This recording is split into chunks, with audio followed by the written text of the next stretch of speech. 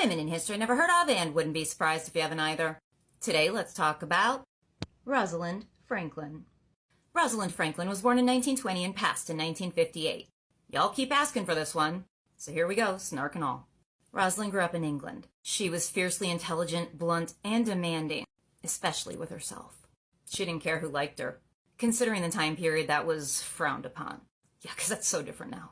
Research was her thing. After she earned a PhD in chemistry, she became the foremost expert in X-ray diffraction analysis. Simply put, that bombards material with X-rays, resulting in a photo of microscopic material. After World War II, she put that to use, analyzing carbons. That contributed directly to the development of fire-resistant material. Then, in 1950, one Maurice Wilkins from King's College London recommended bringing her into advanced genetic theory.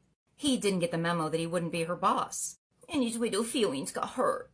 I'll get back to that. Then, in May of 1952, she changed science forever. She got a shot of one of two types of DNA in what's called photograph 51. It is the double helix that nobody else had found. Wonder what poor Wilkins thought. Well, he was buddy-buddy with these two other guys, Crick and Watson. They had a boys' club to study DNA on their own. Rosalind hadn't published her results yet, so they used her data to prove their own model. Most sources agree she didn't know, and she wasn't credited. Remember that. After the DNA thing, she went on to study viruses, like polio, and that contributed to the field of microbiology, which led to preventing, diagnosing, and treating viruses. For her entire career, Rosalind was a sought-after lecturer and published regularly.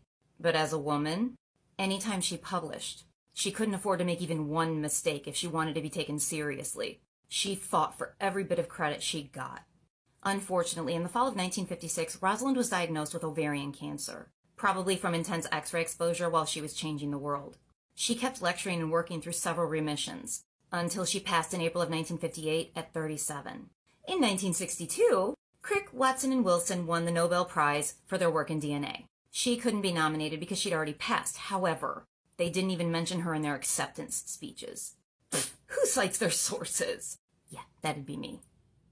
A recent article written by two men claims evidence that she was an equal partner in that shit show.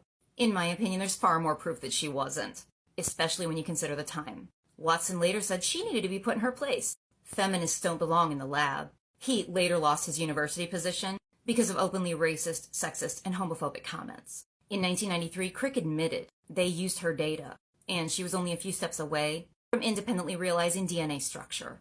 One professor didn't approve of her trying to make her gender equal with men.